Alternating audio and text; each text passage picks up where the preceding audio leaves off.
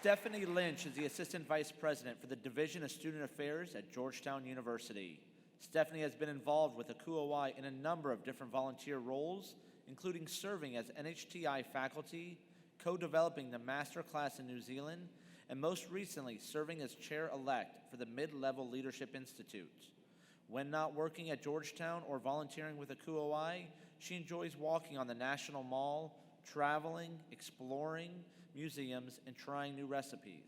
Please join us in welcoming Stephanie Lynch to the stage as she speaks about Fan the Flames with love, encouragement, and grace.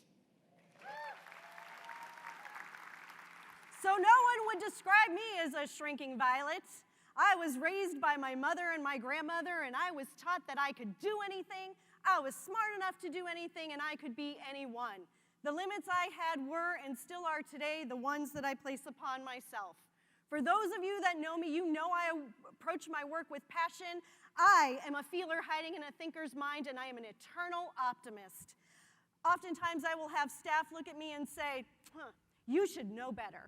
And then there are times that I am just tired. I am tired of my voice falling on deaf ears. I am tired of advocating and no one listening. So how do I keep going without being jaded and sarcastic? Okay, slightly jaded and sarcastic, and yet optimistic when the doubts creep in. St. Ignatius of Loyola said, go forth and set the world on fire, but how do you set the world on fire when your flame is barely a flicker? I have learned that I can only be my best through the love, encouragement, and grace of those around me. About 10 years ago, I was diagnosed with rheumatoid arthritis, so needless to say, a minute after this speech, these heels are coming off. And while a million people were out cheering Obama's inauguration, I was at home 12 miles away sleeping because I couldn't get out of bed. I live with constant knee, elbows, and fingers in pain. And while my journey has certainly been eased over the last 10 years, I know that that has been helpful because of the support and understanding by those around me, those that were able to help me through the various medications, who cheered me on as I learned how to auto-inject myself with a syringe, which is not as cool as it sounds, and who gently supported me and moved me along when they could clearly see the best medical diagnosis, but I wasn't ready. To allow others to be able to carry you when you are struggling, it helps you, but it also gives them a great gift, the privilege of lifting you up for them to love you. You see, we all have struggles. We all have struggles. Family members and friends who pass away, financial issues, medical diagnoses, job losses. For me, I demonstrate love in a couple of ways, one being baked treats. The other one is just to be there to sit and to listen, to let people know that are close to me that when they're going through their most vulnerable and difficult times, that I am there for them.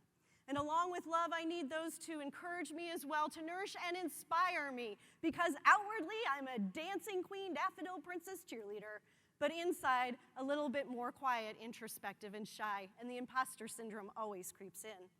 I am so incredibly grateful for my ACUHO-I family, especially my NHTI family. For years, I tried to break in and never could find my sense of belonging.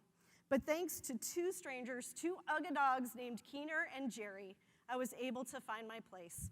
They didn't know, and I didn't know the impact that they would have on my life.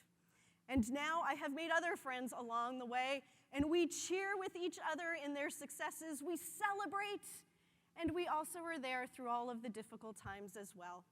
Many of you are in this room right now, and those that are not here, I know, are always nearby in spirit. About a year and a half ago, I wasn't sure if I was going to apply for the Global Housing Training Institute, and one of my closest friends said to me, "Don't take yourself out. Make them say no to you." Well, I didn't get GHTI, but Mary approached me at the annual conference last year and said, "Hey, would you like to be part of the inaugural faculty group heading to New Zealand?" And well, of course. And then I hugged her. It's true, you can ask her. I hugged her.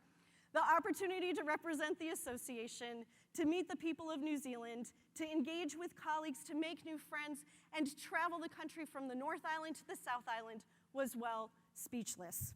And when a white nationalist perpetrated an attack in Christchurch on 2 mosques back in March, New Zealand was not a half a world away.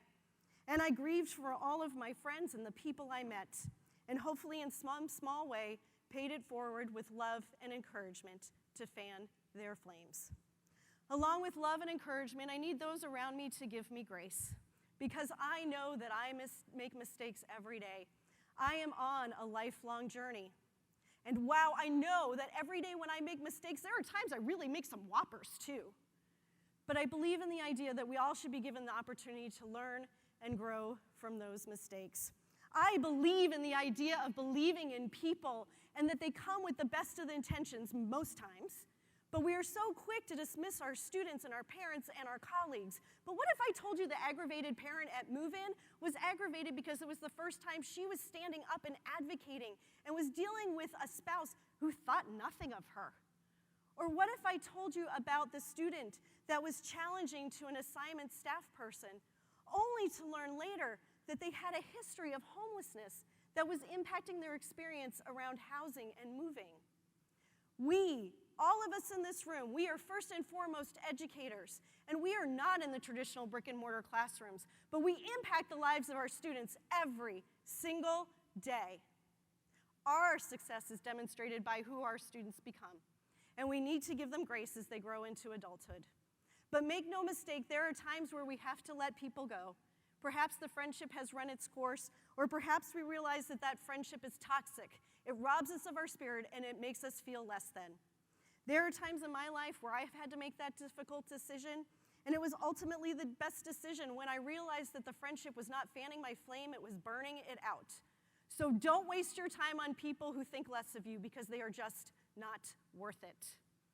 And in the end, fanning the flames with love and encouragement and grace means that you are given the opportunity to share with all of those around you how much you love them, support them, believe in them, and you are loyal to them. You are their cheerleaders, their mentors, and their champions. The quiet gardeners in their life, gently toiling in their soil, watching them grow and flourish and thrive. So take the opportunity every day to love those around you, encourage possibilities, and give grace. Ultimately, give hope. And as you leave here, think about how you either fan the flames in others or douse their fires, and use your time, energy, and talent to go with their flames and go forth and set the world on fire. Thank you. And happy birthday, Aaron. Woo!